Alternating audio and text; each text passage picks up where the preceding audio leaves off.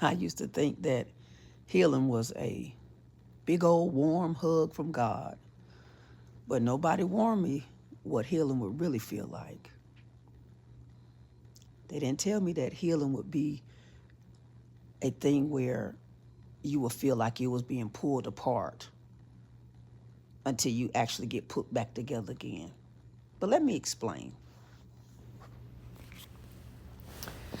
Okay, so I want to talk to y'all for. Let me just talk about healing. I'm gonna tell y'all what I thought healing would feel like versus what it really feels like. I thought I thought healing was gonna be good because growing up in my home church, the pastor always, to me, and this is just my perception of what I understood about healing and what I thought it would be.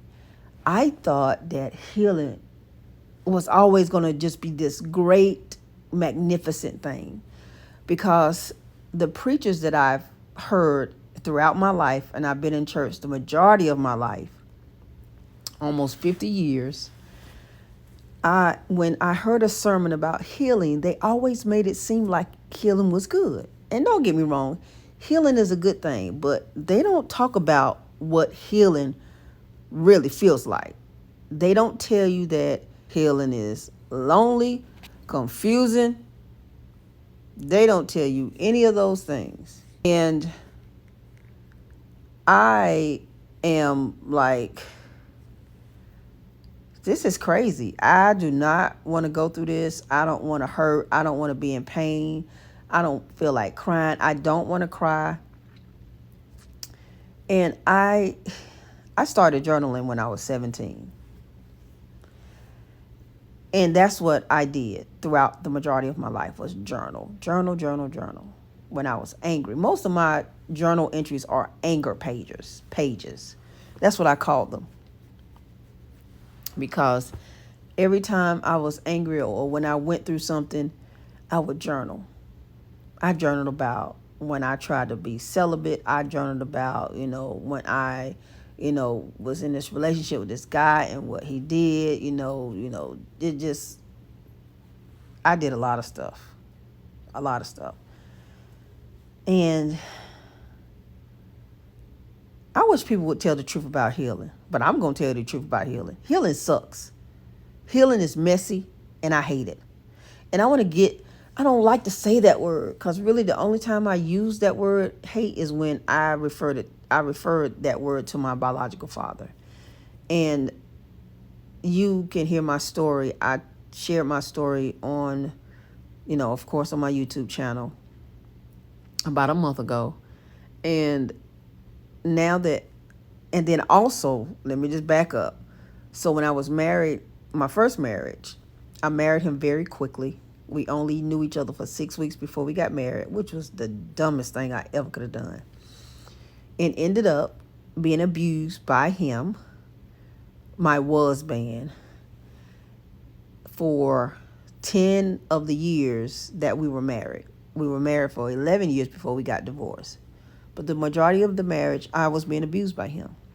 I went through physical, I went through mental, emotional, sexual, financial, and digital, and verbal. I went through all 6 types. And it was not fun. And a lot of the times, well, the majority of the times, I would journal. I journaled almost everything that I was going through. My times when I focused on God, when I wanted to just, I needed to hear from God. I needed to read his word. That was something that helped me to stay sane, y'all. Good God. Oh, Lord, it helped me to stay sane because it was tough for me. I cried a lot. And you know what? I told my mom this. I said, I'm not never lonely. I don't. I love being by myself, but I'm not always by myself. That's the thing. But I love being at home by myself. But I did not, this is probably the first time I'm acknowledging this outwardly. But there was times where I felt lonely because I felt like I didn't have nobody to talk to. I felt like that nobody would believe me. I was scared. I was scared to talk about the abuse. And I avoided the healing that I needed to go through. I avoided that process because I was scared, for one. And I thought I did not need any healing. I was like, oh, I'm fine. I'm all right. Oh, yeah, that's what I thought. Until I went back into my journals and I started reading the entries that I wrote in them. One of my journals, it took me 21 years to finish that. That's the majority of my life. And it was, when I read those journal entries, I was like, man, I was married to him when I was going through all this stuff. Because it's like when you in something, you don't, it's like a blur. Like when you get married. Everything goes so fast. You don't know what happened. Whew, excuse me, y'all. Y'all see I'm laying on the couch. This has been my resting space all day. But I didn't, it was like a blur. So and the journal entries that I wrote, I have not read them since I wrote them. So going back years later and reading those journal entries was kind of scary, to just sit back and look at my life and where I was and where God has brought me from. But healing is, they don't talk about what healing really feels like versus what you think it is. Healing is good, but healing hurts like hell. I ain't gonna lie to you. It hurts. It's painful. And I use this visual, this example. When you were a kid and you were outside playing, on the playground, whether you were at school or just in the yard at your home, playing with your friends out in the street. When I was growing up, we went outside. We wasn't in the house. We wasn't on the couch looking at TV. We was outside playing, honey. And we had to be in the house before the street lights came on.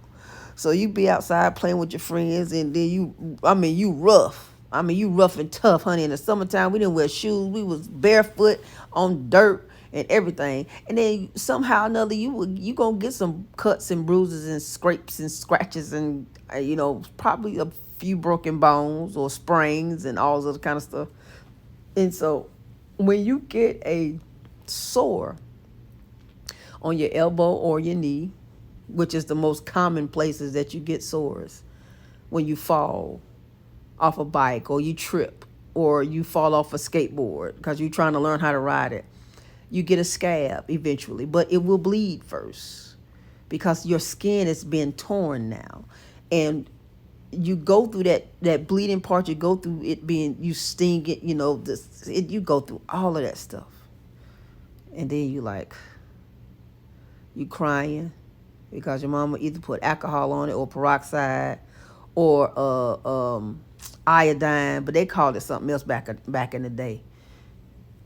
And that was something that they used to start the healing process. And once the healing process starts, it hurts. It don't feel good. It hurts. Like hurt.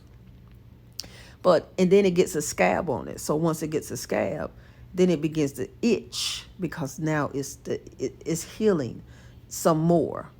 And then you about scratching the darn scab off, and then when you do that dang, you're going to bleed again because you don't scratch the scab off. So it's like now you don't reopen the wound. And sometimes that's how life is when you're healing. You think you're good or you think everything is fine, but then all of a sudden you run into a dadgum wall. And then that wall triggers another memory, which now you have to heal from what you were healing from and this other thing that you have suppressed for so long, and now you got to heal through that too. So it's like you're going through both of those at the same time. See, pastors and preachers, they don't talk about that. These teachers out here in these church streets, they don't talk about that part. They don't talk about how you cussing and how you mad as hell, how you cussing folk out, how you crying every day, all day, up and down, backwards and forwards, and doggone, you feeling like you You got bipolar, and I mean they don't talk about that stuff. Because you know in church and you grew up, and they tell you to pray about it. I don't want to pray about that. I don't want to pray. I don't want to pray. So leave me alone about that because I don't. I don't want to do that. And so what I'm going to do, well, I just want to encourage you to let you know that don't give up. Keep going.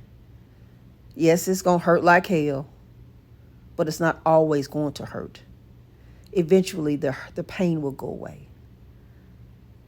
It's going to take some time, but that's where you're going to have to be patient with yourself to know that God is going to be with you throughout that process. That's the best thing about healing that I can tell you, that God is going to be with you throughout the process, because healing is one of the ugliest things that you would ever experience in your life. Whew. It's one of the ugliest things that you would ever experience in your life. And if anybody tells you that healing is good for you, believe them. But also know that healing is going to hurt like hell. Let's just put it out there. It's going to hurt. But don't give up, because you got to go through the healing part to reach the healed part, which is the space where you will feel good. Until next time, remember, be who God created you to be. Nothing more and nothing less.